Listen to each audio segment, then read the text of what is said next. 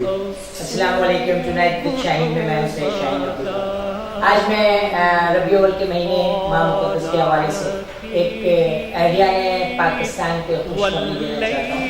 ہماری investigation team ہے AAA sky one help line number. اس نے اپنے ذرائع سے معلومات حاصل کی کہ قرآن پاک کا ایک 450 سال پرانا نسخہ کراچی میں موجود ہے. بہرحال ہم نے اپنی کوششیں کی اور کوششیں کر کے ہم اس نسخے تک پہنچ گئے. تو ہمیں انتہائی حیرت ہوئی جب ہم نے دیکھا کہ وہ قرآن کریم سونے سے لکھا ہوا ہے, سونے کے پیجز پہ لکھا ہوا قرآن کریم ہے. اس کا اوریجنل نسخہ اس کی اصل حالت میں ہم نے دیکھا اور ہمیں بڑی حیرانگی ہوئی جب ہم نے اس کے وہ جن کے پاس ہے, جن کا یہ خاندانی سرمایہ ہے, جب ہم نے ان سے باتیں کی تو ہمیں پتہ چلا کہ سلطان التمش کے پوتا ہے, وہ پڑپوتا ہے. سلطان خان بہادر سلطان التمش ہندوستان کا وہ مشہور بادشاہ جس نے یوں سمجھ لیجیے کہ مغلیہ سلطنت کی بنیادیں رکھی. اور اس کے یہ سونے کے لکھے ہوئے سونے کی کتابت ہوئی بھی 3 قرآن کریم کے نسخے تھے. ایک دہلی کی جامع مسجد میں جس کو انگریز لے جانے کی بڑی کوششیں کرتے رہے. ایک ان محترم جناب ایاز صاحب کے والدہ کے پاس ہے, ایک ایاز صاحب کے پاس ہے.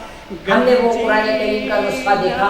ہم نے اس کے اوپر تمام تر کوششیں جامعہ کراچی کے شیخ زاید اسلامک سینٹر, جامعہ کراچی دین اسلامک ریسرچ سینٹر, ان تمام جگہوں سے ہم نے اس نسخے کو ویریفائی کرایا. تو یہ حقیقت یہ ہے کہ اس کی تاریخ 450 سال پرانی ہے. کیا یہ پاکستان کا قومی سرمایہ نہیں ہے؟ کیا حکومت پاکستان کو یا عوام پاکستان کو اس نسخے کے پاکستان میں ہونے پہ فخر نہیں ہے؟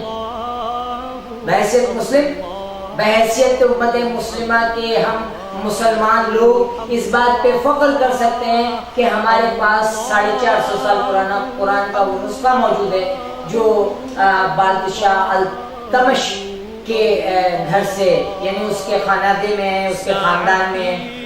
اب سوال یہ پیدا ہوتا ہے کہ حکومت کی نااہلی, حکومت وقت کی حکمرانوں کی نااہلی, کہ آپ یہ دیکھیں کہ ان کو جب پاکستان کو نواب صاحب کی فیملی تشریف لائی تو اس وقت کے کلیکٹر نے ان کو 4,500 ایکڑ زمینیں دی ان کی اس سلطنت کے بدلے میں, یعنی ان کی اس شاہ جہان آباد جو ان کی آبائی زمینیں تھیں اس کے بدلے میں پراپرٹی دی گئی ان کو. لیکن ان کے دادا نے اس کلیکٹر کو تھپڑ مار کے یہ کہا کہ ہم پاکستان کی محبت میں یہاں آئے, اپنی جائیداد لینے نہیں آئے. یعنی وہ جذبہ جو ہجرت کی وجہ بنی, میں اس جذبے کو بھی اپریشیٹ کروں گا جو ایاز صاحب کے دادا نے اس وقت کے کلیکٹر کو باقاعدہ طور پہ نکال دیا وہاں سے کہ تم جاؤ یہاں سے. میں زمین کی محبت میں نہیں آیا ہوں, میں عرض پاکستان کی محبت میں آیا ہوں. اور اس خاندان کے پاس یہ قرآن کا نسخہ موجود ہے, جو قرآن کا نسخہ آپ جس کو دیکھ رہے ہیں اپنے ٹی وی ایس کی. کیا یہ حکومت وقت کی کارکردگی کے اوپر ایک تماچا نہیں ہے؟ کیا یہ ہماری نااہلی کا ثبوت نہیں ہے کہ جس قرآن کریم کو اللہ رب العزت کی کتاب کو جو کہ اس وقت کے بادشاہ نے تیار کروائی تھی اور جو کہ سونے سے لکھی ہوئی ہے, اس کو پرزرو نہیں کیا گیا؟ منحاس القوم منحاس المسلم ہمارے لیے شرمندگی کا مقام ہے. ایاز صاحب اپنی ذاتی کیپیسٹی میں اس کو سنبھال رہے ہیں, لیکن ان اوراق کا وہ ٹریٹمنٹ نہیں ہے جو ہونا چاہیے. یہ نیشنل سرمایہ, یہ ہمارا سرمایہ ہے, یہ امت مسلمہ کا سرمایہ ہے. یعنی اتنا نادر و نایاب نسخہ. میں ارباب اختیار سے بھی مخاطب ہوں, میں ان بڑے بڑے انڈسٹریلسٹ, ان بڑے بڑے بیوروکریٹ سے بھی مخاطب ہوں. وہ اپنے باپ دادا کی نشانی کی تو حفاظت کے لیے لڑنے مرنے کو تیار ہوتے ہیں, لیکن ہندوستان میں بادشاہت مسلمانوں کے عروج کی نشانی, اس کے لیے کوئی کچھ دیکھنے کے لیے تیار نہیں, اس کی کوئی کیئر کرنے کے لیے تیار نہیں.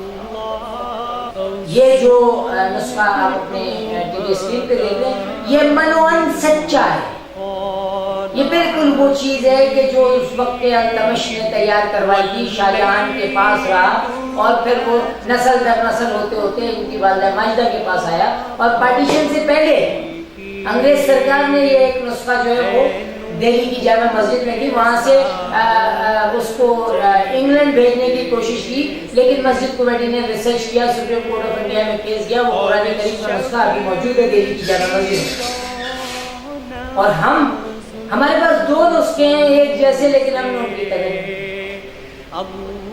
بہرحال ٹرپل اسکائی ون کی جانب سے یہ جن لوگوں نے بھی انویسٹیگیٹو جرنلزم میں اتنا نادر و نایاب نسخہ تلاش کیا، اس سے لوگوں کو متعارف کرایا، میں ان کو اپنے ادارے کی جانب سے اپریشیٹ کرتا ہوں۔ Thank you